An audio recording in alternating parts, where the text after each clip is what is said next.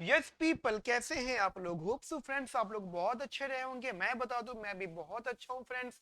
Now friends, हम लोग start करते हैं अपनी आज की क्लास। और बेटा, मेरी आज की क्लास का जो टॉपिक है, बेटा जैसे कि आप लोग जानते हैं कि हमारा मैक्रो इकोनॉमिक्स के अंदर यूनिट नंबर 3 एक्सपेक्टेशंस चल रहा है।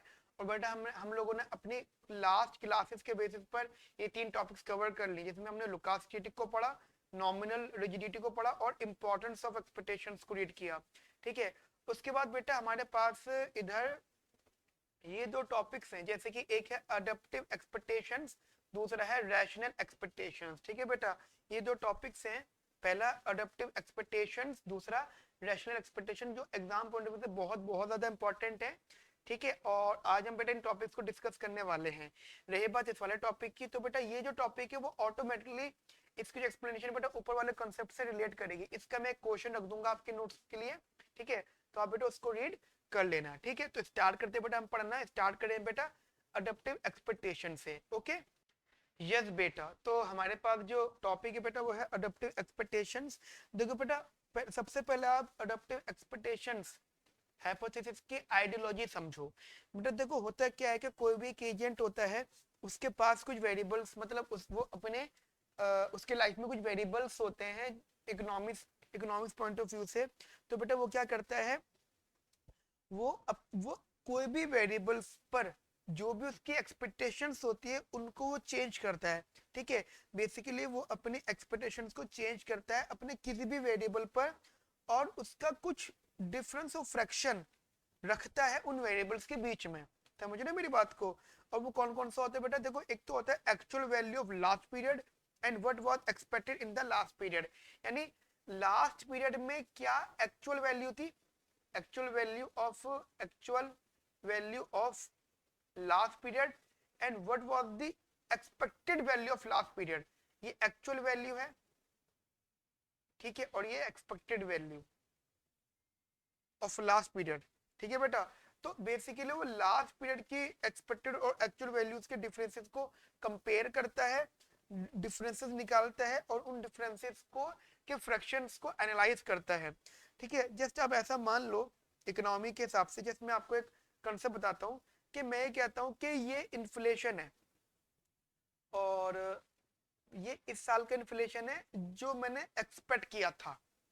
समझना, इस साल का इन्फ्लेशन एक्सपेक्ट मैंने लास्ट ईयर किया होगा, ऑब्वियस सी बात है। या फिर इस साल आ गया तो इस साल में वो इन्फ्लेशन लेके चल रहा हूँ जो मैंने लास्ट ईयर एक्सपेक्ट करा था, माइनस लास्ट ईयर के इन्फ्लेशन का एक्सपेक्टेशन।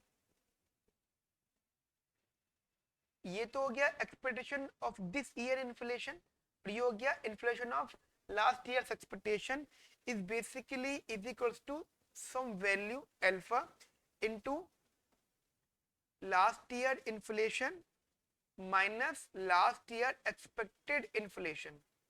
समझ लो मेरी बात को बेटा इधर। तो जस्ट ये कंसेप्ट है, ये एक स्टेटमेंट है।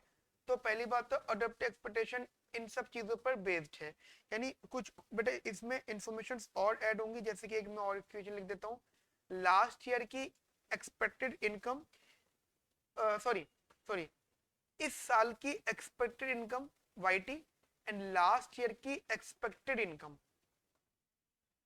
का जो डिफरेंस होगा वो इज इक्वल टू होगा अल्फा, यानी some proportion values, proportional value basically last year की actual income minus last year की एक्सपेक्टेड इनकम। समझ रहे हो? तो लास्ट ईयर की expected income minus last year की एक्सपेक्टेड और एक्चुअल दोनों का डिफरेंस जो होगा वो किसी अल्फा से मल्टीप्लाई होगा कांस्टेंट के बराबर, कांस्टेंट से मल्टीप्लाई करने के बाद वो हमारा इस डिफरेंस के बेसिकली बराबर हो जाएगा। समझ रहे हो?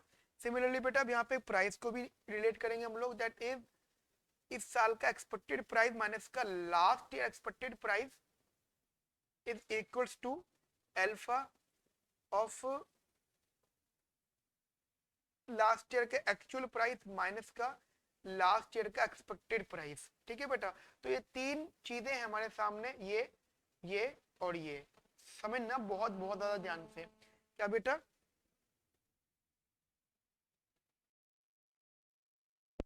ठीक है बेटा, तो ये तीन जस्ट इक्वेशंस हैं जो मैंने यहाँ पे आपसे बेसिकली डिस्कस करी है। ठीक है जी, तो अब बेटा देखो समझना, यहाँ पे जब हम लोग अडप्ट एक्सपेक्टेशंस की बात करते हैं तो कुछ कंसेप्चुअली चीजें बेटा हम लोग डिस्कस करेंगे यहाँ पर, ठीक है। तो जो जो मैंने आपको 3 फॉर्मूला बताए हैं, कुछ थ्योरेटिकल कंसेप्ट्स हैं जो इससे रिलेटेड है, तो थोड़ा आप बेटा उसको भी लिख लीजिएगा।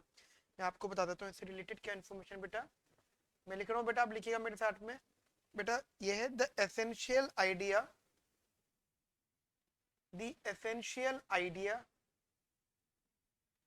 of adaptive expectations, of adaptive expectations, of adaptive expectations is that a person will change their expectations, will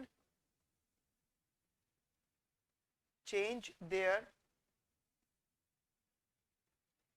expectation, will change their expectation of any variable, of any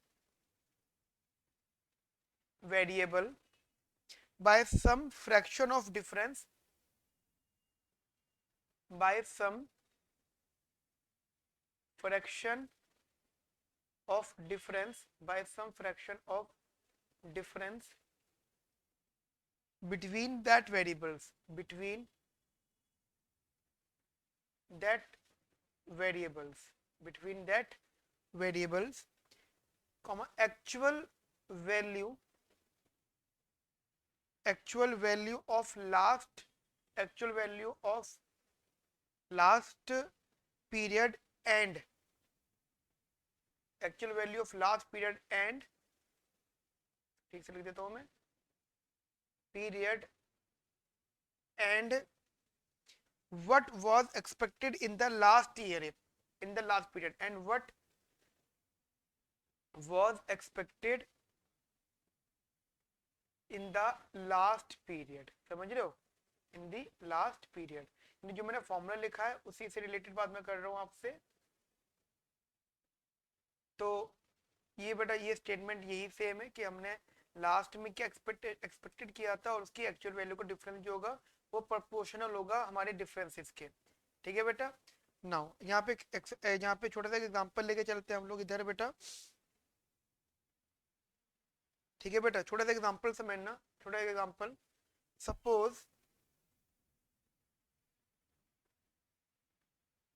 suppose that we want to form an expectation, suppose that we want to form expectation of inflation for current year, of inflation of current year, of inflation of current year and inflation and inflation rate expected, and inflation rate expected for last year, for last year। But तो ये मैं आपको एक छोटा सा example समझा रहा हूँ कि जैसे कि हमने माना कि हमारा एक एक्सपेक्टेशन है इन्फ्लेशन पर करंट की, और जो इन्फ्लेशन एक्सपेक्टेड इन्फ्लेशन हमने बेटा यहाँ पे लास्ट ईयर की, तो मान लो बेसिकली उसे मान लो 10% वॉज 10%, ठीक है बेटा। अब बात ये होती है कि अगर हमारा actual rate of inflation rate भी 10% के बराबर हो जाए, देखो ये क्या है, ये चीज क्या है, कहते हैं expectation of inflation of current, ठीक है, and inflation rate expected for last year was 10%, यानी लास्ट ईयर का जो एक्सपेक्टेड इन्फ्लेशन है वो 10% है। अब वो कहते हैं अगर एक्चुअल इन्फ्लेशन भी हमारा लास्ट ईयर का 10% हो जाए, समझ रहे हो, लास्ट ईयर का 10% हो जाए,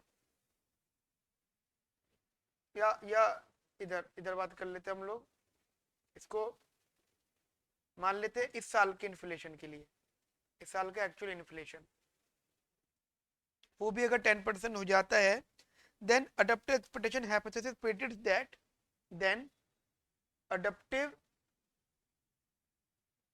expectation hypothesis predict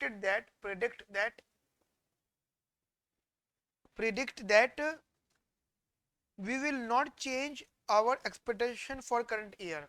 That देखो अब समझना, अगर ये चीज हो जाती है देन हम ये अडेप्टिव एक्सपेक्टेड हाइपोथेसिस प्रेडिक्ट कर लेगा दैट वी विल नॉट क्या जी बेटा, हम लोग को क्या नहीं करना चाहिए, हमें अपनी एक्सपेक्टेशन की करंट एक्सपेक्टेशन को चेंज नहीं करना चाहिए.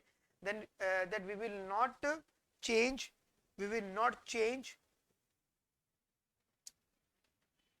will not change our expectation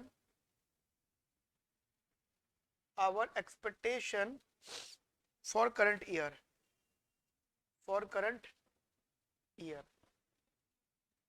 ठीक है जी. तो ध्यान रखना हमारी जो एक्सपेक्टेशन है करंट ईयर की होगी, यानी ये करंट ईयर की एक्सपेक्टेशन वो भी हम बेटा यहाँ पे 10% रखेंगे.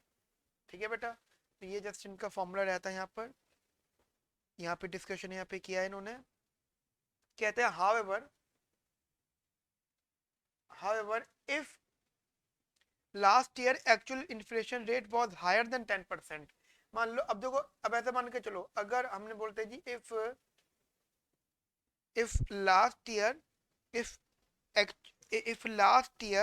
actual inflation rate was 20%, which is more than 10%. तो जो हमारी अडेप्टिव एक्सपेक्टेशन हाइपोथेसिस होगा वो बेटा हमें सजेस्ट करेगा कि जो एक्सपेक्टेशन है उसे अपवर्ड रिवाइज करो. ठीक है.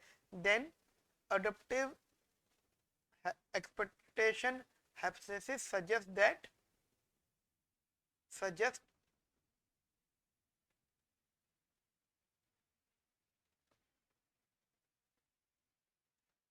that we have to revise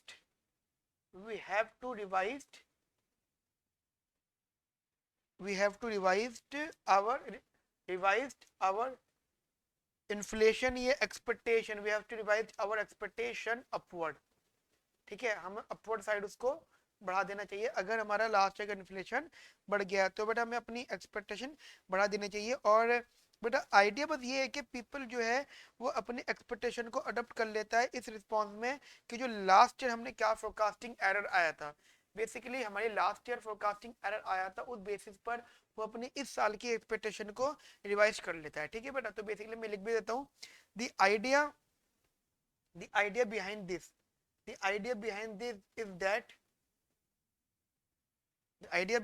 is that people will adopt their expectations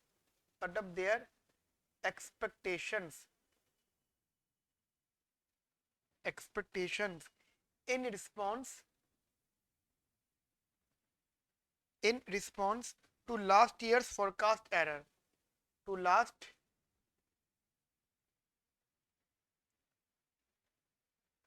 year forecast error. जो हमारा लास्ट ईयर फोरकास्ट एरर आया था उस पे बेसिकली हमारा जो लास्ट ईयर फोरकास्ट एरर आया था बेटा, उसमें जो एरर था उसकी वजह से हमें अपना जो एक्सपेक्टेशंस को अडॉप्ट कर लेना चाहिए जो भी चेंजेस आए थे. ठीक है बेटा. यहाँ तक मेरी बात समझ में आती है आपको क्लियरली. ठीक है. नाउ अब देखो बेटा, ऐसा मान के चलते हैं कि हमारा जो एक्सपेक्टेड या अडॉप्टिव एक्सपेक्टेशंस होती हैं उसमें बेटा as a number of important features, काफी सारे इंपॉर्टेंट फीचर्स होते हैं इसमें. तो उन कुछ इंपॉर्टेंट फीचर्स की हम बात कर लेते हैं. इधर ध्यान से देखिएगा बेटा, समझना ध्यान से. That is important features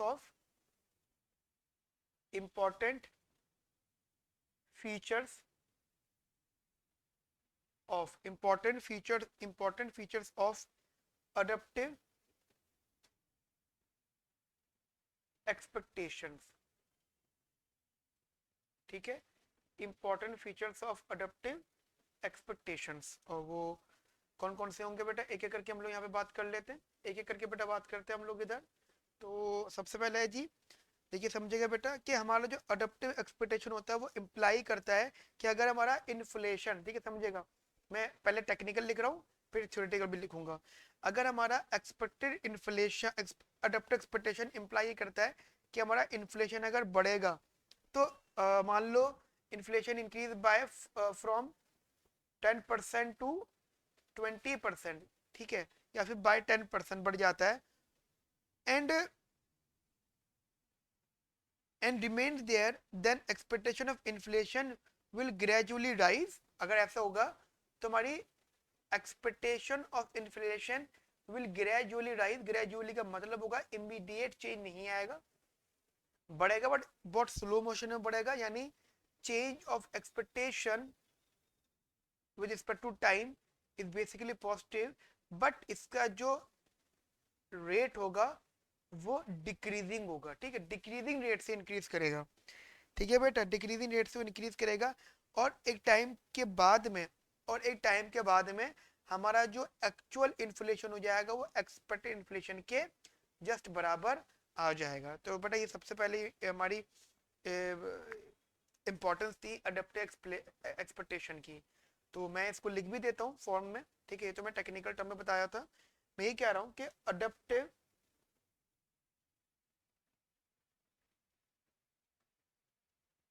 adaptive expectation has a number of adaptive expectation has a number of important has a number of अच्छा एक मिनट, ये स्टेटमेंट में थोड़ा सा मैं चेंज कर रहा हूँ। That is adaptive expectation implies that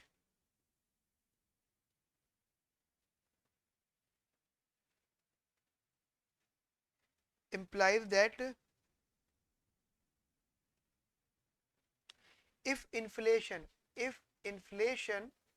rate rise from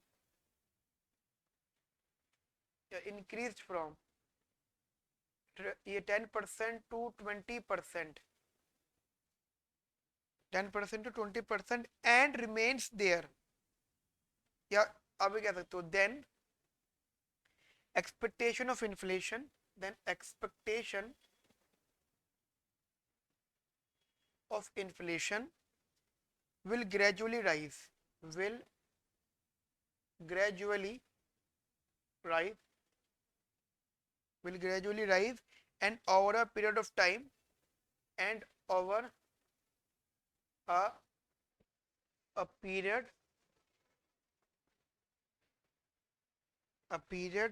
of time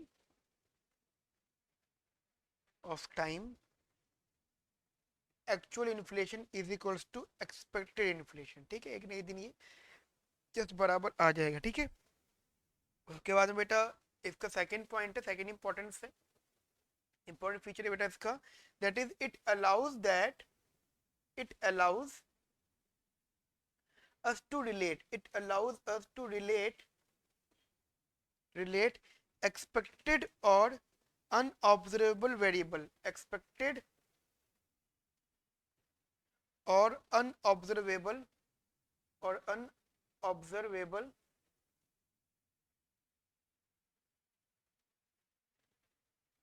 unobservation observable variable to actual and observable variable, to actual and and observable variable, and observable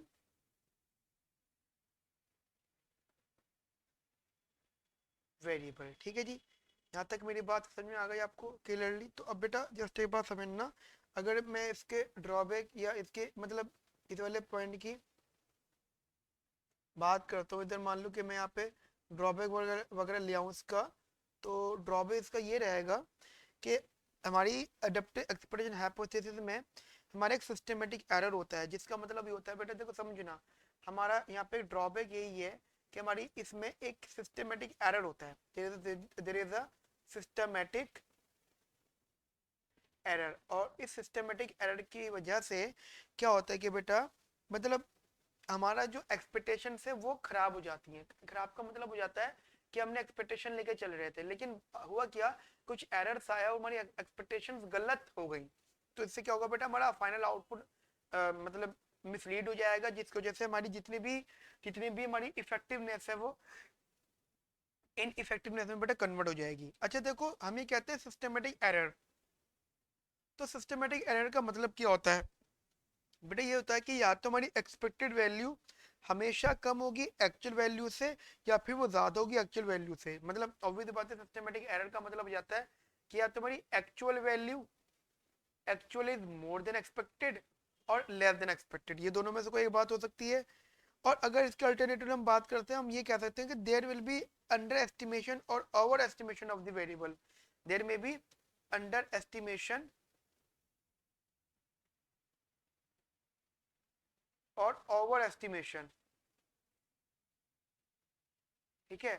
so there will be under estimation और over estimation for the for the variables. तो एक तरह का ये भी बेटा drawback इसका रहता है हमारी इकोनॉमी में, ठीक है बेटा। तो ये चीज भी इसके इंपॉर्टेंट फीचर में रहता है। मतलब इंपॉर्टेंट फीचर तो ये है कि हमें ये कहते हैं कि वो एक्सपेक्टेड और अनऑब्जर्वेबल वेरिएबल को एक्चुअल और ऑब्जर्वेबल वेरिएबल के बराबर रिलेट कर देता है, अलाउ तो कर देता है, लेकिन उसमें बेटा सिस्टमेटिक एरर भी आ जाता है कभी कभी, ठीक है बेटा। तो ये साथ साथ इसके इंपॉर्टेंस के साथ साथ बेटा इसका ड्रॉबैक भी है, ठीक है।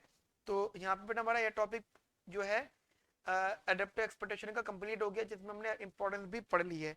अब बेटा इसके साथ में हम लोग देख रहे हैं रैशनल एक्सपेक्टेशन, ठीक है। ठीक है बेटा, तो जरा देखिएगा रैशनल एक्सपेक्टेशन, हेडिंग लिखिएगा बेटा मेरे साथ में आप लोग, द रैशनल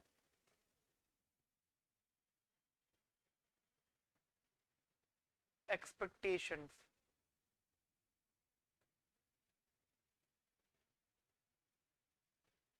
रैशनल एक्सपेक्टेशंस, तो ये समझेगा बेटा रैशनल एक्सपेक्टेशंस का मतलब क्या होता है। मतलब रैशनलिटी थ्योरम, ठीक है।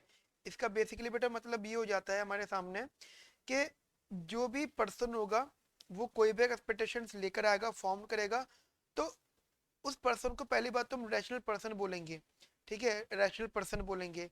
और वो जो भी डिसीजन लेगा अपने एक्सपेक्टेशन मतलब करेगा, तो वो कुछ ना कुछ रेलेवेंट इंफॉर्मेशन पर बेस्ड होगी, और जो कंप्लीटली कुछ ना कुछ स्पेसिफिक वेरिएबल्स को डिटरमाइन करेगा।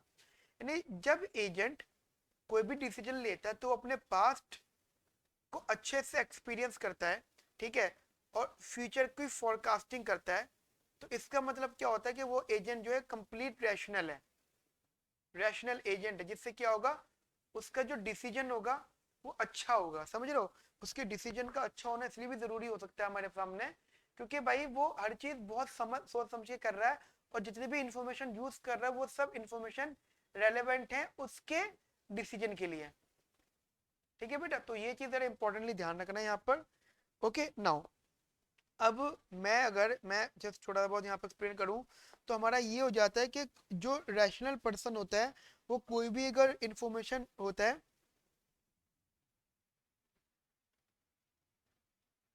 वो कोई भी अगर डिसीजन लेता है तो वो अपनी प्रेजेंट और मतलब पास्ट और मतलब फ्यूचर फोरकास्टिंग के बेस पर डिसीजन लेता है, ठीक है बेटा। तो इस चीज के बारे में जरा समझना। अब मैं यहाँ पे थोड़ा सा एक्सप्लेन करता हूँ इस चीज को, लिखिएगा बेटा मेरे साथ में आप लोग। वैसे एक्सपेक्टेशन में इतना ही है, रैशनल एक्सपेक्टेशन में, ठीक है। आप इसके बारे में बेटा लिखिएगा कि रैशनल एक्सपेक्टेशन, बेटा rational expectation is characterized characterized by following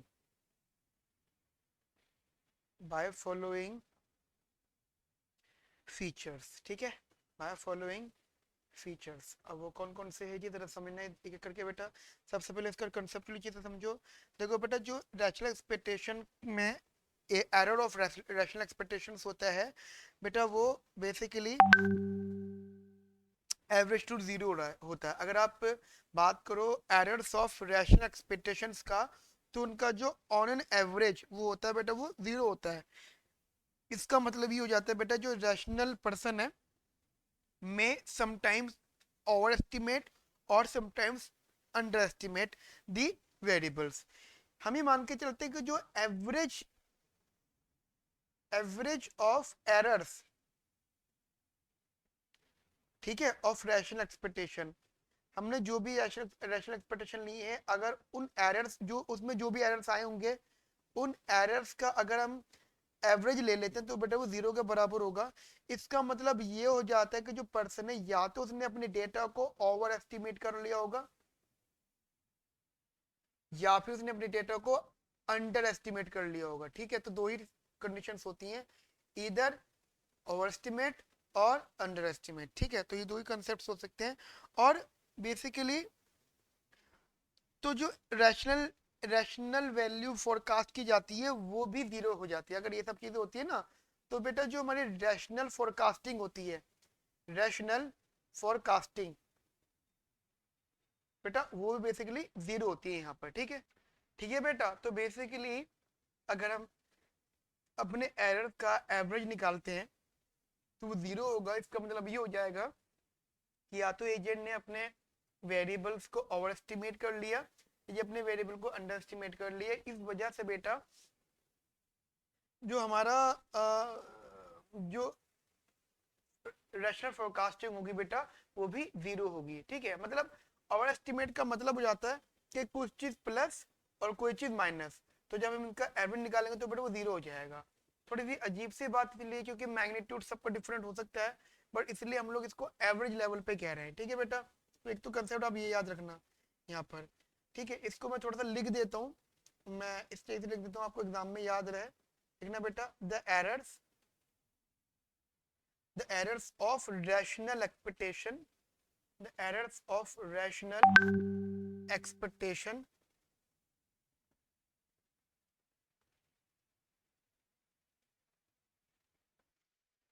ठीक है बेटा, मैं रिपीट कर देता हूं, the errors of rational expectations are on average are on average zero, on average zero. it means it means that a rational person, it means that a rational person, it means that a rational person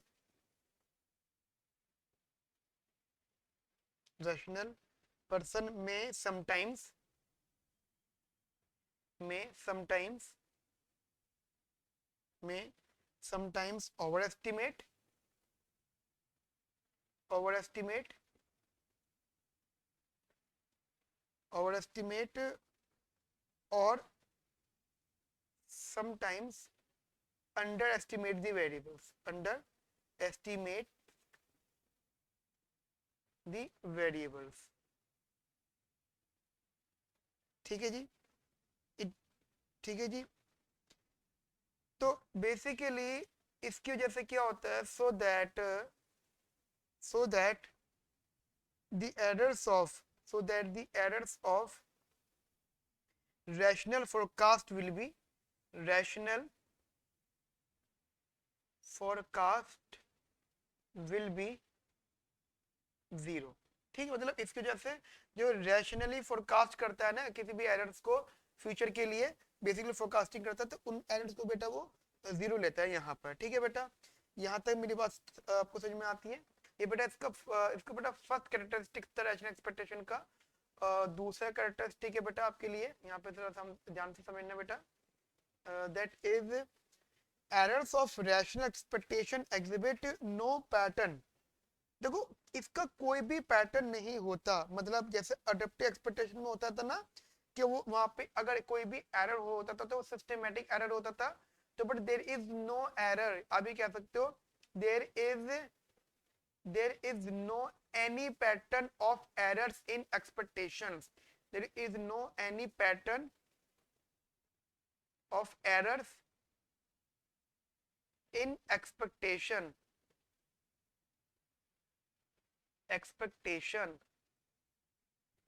ठीक है बेटा, expectation, unlike adapted expectation where, मतलब आप कह सकते हो where as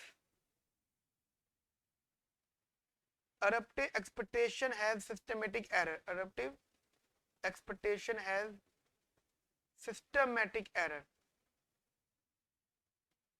है ना, आपको शायद पता होगा एक सिस्टमेटिक एरर था एडेप्टिव एक्सपेक्टेशन में, बस बट यहाँ पे कोई भी एरर को मतलब कोई भी पैटर्न नहीं है एरर का। ठीक है बेटा, तो ये सेकंड इंफॉर्मेशन है। थर्ड लिखना बेटा मेरे साथ में आप लोग, दैट इज रैशनल एक्सपेक्टेशन और मोस्ट एक्यूरेट एक्सपेक्टेशन। देखो समझना, जो रैशनल एक्सपेक्टेशन होती है वो बहुत ज्यादा मतलब बेसिकली वो सबसे ज्यादा एक्यूरेट एक्सपेक्टेशन काउंट होती है। ठीक है, rational expectation are most accurate expectation, मतलब सबसे ज्यादा एक्यूरेट एक्सपेक्टेशन हम लोग रैशनल एक्सपेक्टेशन को मानते हैं बेटा। वो इसलिए क्योंकि ये जो बेस्ड होती है वो कंप्लीटली इरेलेवेंट इंफॉर्मेशन पर बेस्ड होती है, जिसकी वजह से बेटा जो हमारा एक्सपेक्टेशंस है वो सही मतलब ठीक ही मतलब एक ऐसे एक्सपेक्टेशन हम लोग सेट करते हैं जो रेलेवेंट होती है। रेलेवेंट का मतलब जो बेटा काफी ज्यादा यूजफुल होती है। ठीक है, मतलब हम ये कह रहे हैं कि rational expectations are most accurate expectation because these are based on relevant information, these are based on relevant information। ठीक है बेटा, अच्छा अब थोड़ा सा इसका लिमिटेशन भी समझ लो, यहाँ तक तो ये हो गया। अब एग्जाम पॉइंट ऑफ व्यू से अगर मैं बात करता हूँ यहाँ पे लिमिटेशन, तो वो भी आप देख लीजिए बेटा। लिमिटेशन बहुत बहुत ज्यादा इंपॉर्टेंट है। क्या क्या है जी लिमिटेशन, यहाँ पे सबसे पहली लिमिटेशन है जी, देखिए सबसे पहली लिमिटेशन समझना आप बेटा। सबसे पहला ड्रॉबैक की लिमिटेशन ये है कि देखो हमारी इस इकोनॉमी के अंदर जहाँ पे हम रैशनल एक्सपेक्टेशन की थ्योरी अगर हम बात करें तो यहाँ पे ईच एंड एवरी एजेंट, कौन कौन से एजेंट, इकोनॉमिक एजेंट, एक तो वेज सेटर्स एंड फर्म, ये दो लोग wage setter and firm basically are rational. अब बेटा ये बताओ जब ये दोनों रैशनल होंगे तो ये अपने लिए बेस्ट से बेस्ट अपॉर्चुनिटीज को कैच करेंगे। ठीक है, जितनी भी अच्छी अपॉर्चुनिटीज हो सकती है वो उन अपॉर्चुनिटी अपने लिए ओपन करेंगे अपने खुद के लिए। तब सोचो वेज सेटर्स ये चाहता है कि जितनी भी वेज जितनी हो सकती है हाई हो, फर्म ये चाहती है वेज कम हो। और इंटरेस्टिंग बात तो क्या होती है, दोनों ही रैशनल होंगे। ये अपने लिए रैशनलिटी लेकर आएगा तो इसके बाद भी फुल इन्फॉर्मेशन होगी, ये अपने लिए ये रैशनल है तो इसके बाद भी फुल इन्फॉर्मेशन होगी। कभी कभी ये हो जाएगा कि बेटा इन लोगों का खुद के लिए अच्छा सोचना एक दूसरे के लिए बेटा नेगेटिविटी क्रिएट कर देगा। तो कभी कभी बेटा यहाँ पे ट्रेड होने के चांसेस नहीं होते। ठीक है, कभी कभी यहाँ पे ट्रेड या कभी कभी यहाँ पे कोई भी ऐसी पॉलिसी मिक्स नहीं बन पाता यहाँ पे वेज सेटर और फर्म दोनों मिक्स हो जाए, दोनों एडजस्ट हो जाए। ठीक है बेटा, तो मैं इसको थोड़ा सा लिख भी देता हूँ आपके लिए, that is rational expectation theory. Rational expectation theory is based on is based on the idea that all economic that all economic that all economic agents कौन कौन से वेज सेटर्स एंड फर्म, ठीक है, wage setters and firms are rational which means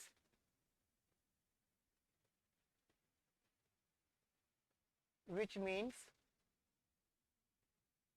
means that person is capable which means that person is capable of making the best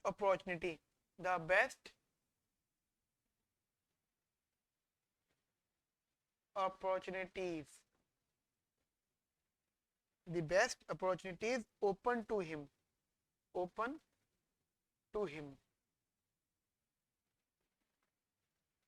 So that assumption of rationality is rationality is unrealistic.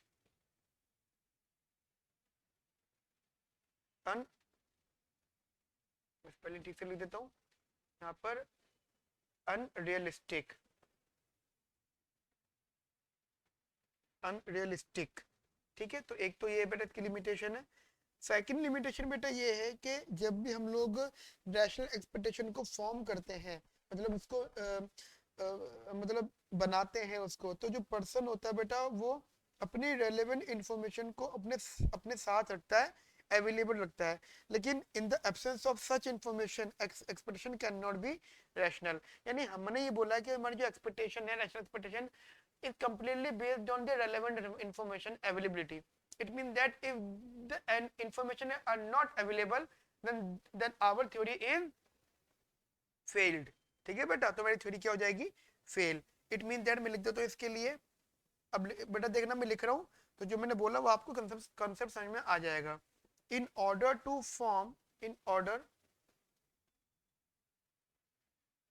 Form rational expectation,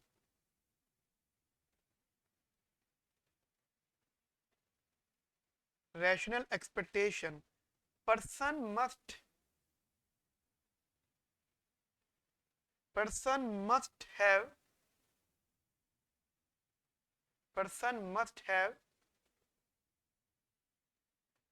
all relevant information,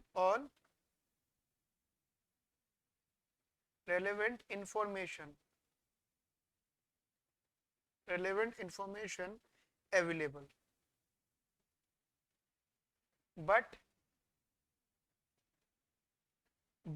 in the absence of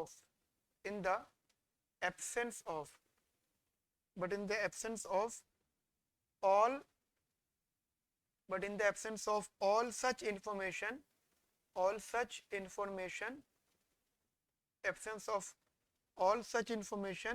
expectations cannot be